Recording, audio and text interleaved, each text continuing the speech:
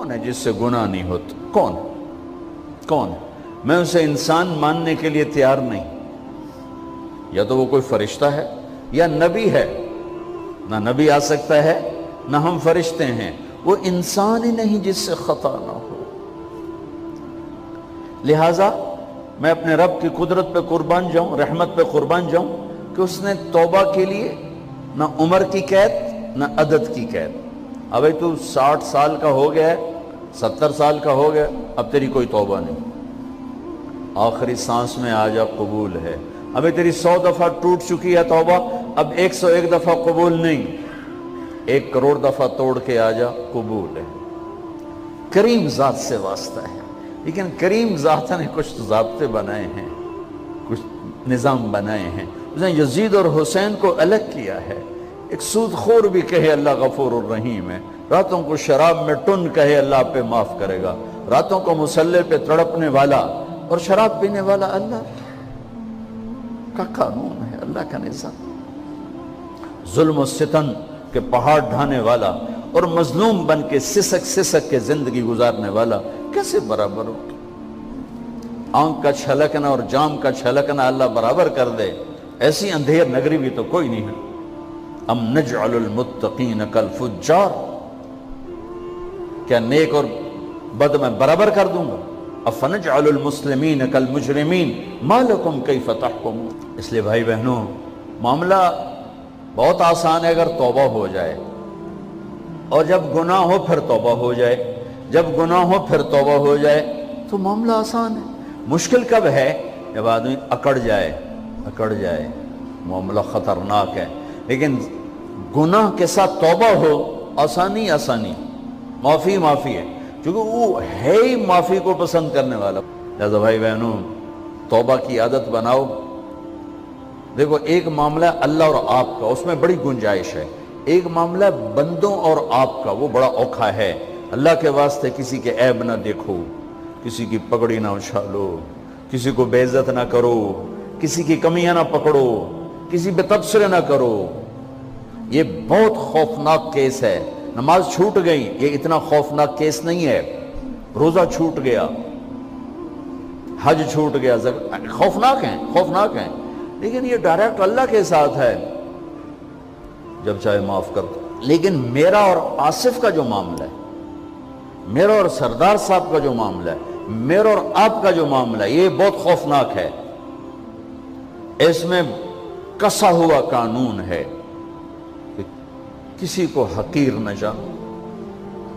عیسیٰ علیہ السلام گزر رہے تھے اپنے ساتھیوں کا, ایک ڈاکو اوپر بیٹھا تھا پہاڑ پر, چوٹی پر. فلسطین میں چھوٹے چھوٹے پہاڑ ہیں, بڑے نہیں. تو اس کی نظر پڑی, نور نبوت دیکھا تو اس کو ندامت ہوئی.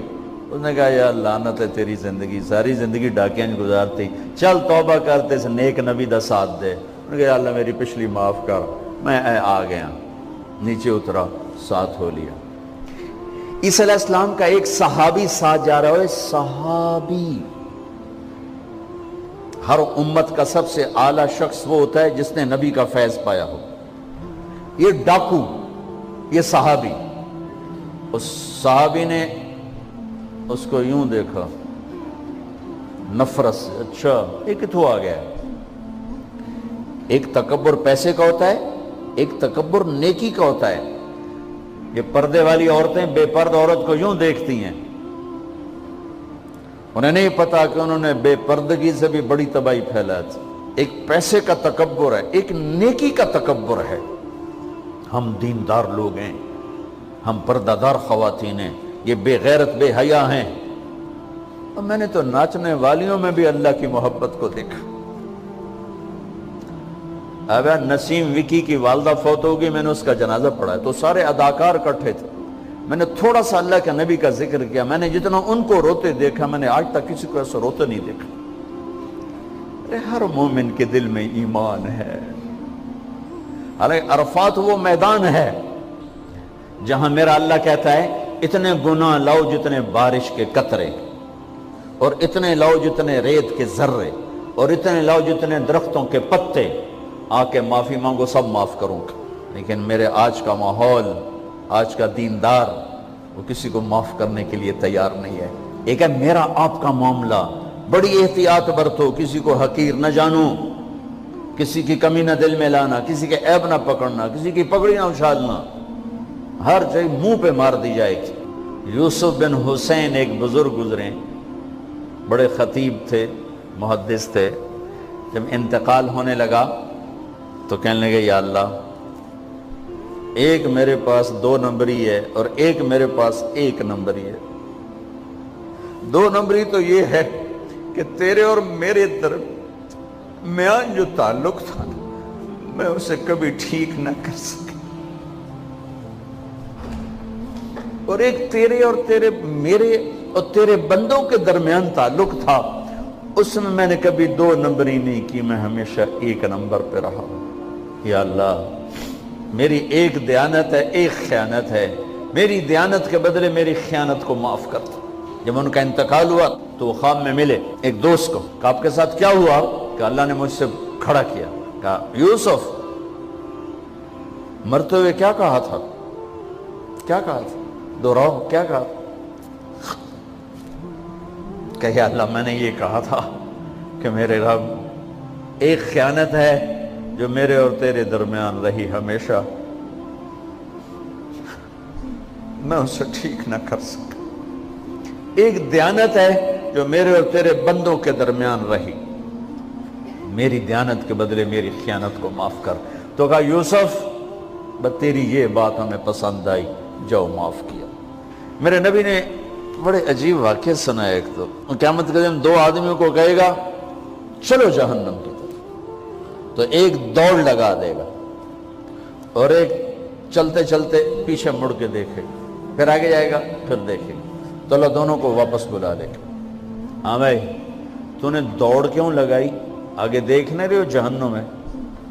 کہے گا یا اللہ، تیری نہ ماننے کی وجہ سے تو جہنم دیکھی، تو مجھے خیال ہے آج ہی تیری مان لو، شاید تیری رحمت متوجہ ہو جائے۔ کہا اچھا بھائی، تو کیوں پیچھے مڑ مڑ کے دیکھ رہا تھا؟ کہا یا اللہ، تیرے بارے میں سنا تھا تو بڑا مہربان ہے، تو میں دیکھ رہا تھا کہ شاید تیری رحمت کہے گی آ جا، کوئی نہیں آ جا، تو اللہ کہے گا چلو تھوڑی گل میں نے بڑی چنگی لگی، جاؤ جنت میں چلے جاؤ۔ معاملہ تو ایسی کریم ذات سے، ایک آدمی کی ایک نیکی کم پڑ جائے گی، ایک، تیری ایک نیکی اگر بڑھ گئی نا تو میں تمہیں جنت دے دوں گا۔ اب یوں ہے، کہے گا چلو یا اللہ میں لے آم نا، اللہ کہے گا جا کسی کو لے آ، میں تمہیں جنت دے دیں گا۔ وہ یا اللہ ایک تو میں نے لب جانی، وہ اپنی اماں، ابا، چاچے، تائے، بیوی، بیگم، بچے سب منکر ہو جائیں گے۔ نا بابا نا کی پتہ اساں اسے ایک تو تھوڑ جاوی، کیا پتہ ساڑی ہو ایک تھوڑ جاوے، عزیدہ نہیں دین دے، عزیدہ نہیں دین دے۔ کہے گا ہائے میں مر گیا، تو ایک آدمی اس کی ہائے سنے گا، وہ کیوں ہے ہی؟ کہ ایک نیکی تو مار کھا گیا۔ کہے گا موجہ کر تیرا کام بن گیا۔ وہ کہے گا وہ کیسے؟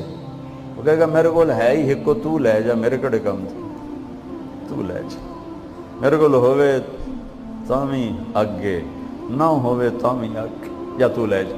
وہ چھلانگے مارتا ہوا ہے گا، یا اللہ میرا کم بن گیا۔ اور کیسے بن گیا؟ کہا وہ کہتا میں دیتا ہوں، کہا اس کو بلاؤ، اس کو بلایا جائے گا۔ ابھی تم اس کو نیکی دے رہے ہو؟ کہ جی دے رہا ہوں۔ کیوں دے رہے ہو؟ کہ یا اللہ میرے کسی کام کی، میرے لیے تو تیرا، میں ایک نیکی نال کیڑی جنت لے سکن۔ تو اللہ تعالیٰ فرمائیں گے اچھا آج مجھ سے بڑے سخی بننا چاہتے ہو؟ آج مجھ سے بڑا سخی کوئی نہیں ہے، چل تیری سخاوت پہ تو بھی جنت میں جائے، یہ بھی جنت۔ اس لحاظ سے معاملہ بہت آسان ہے، مشکل نہیں ہے۔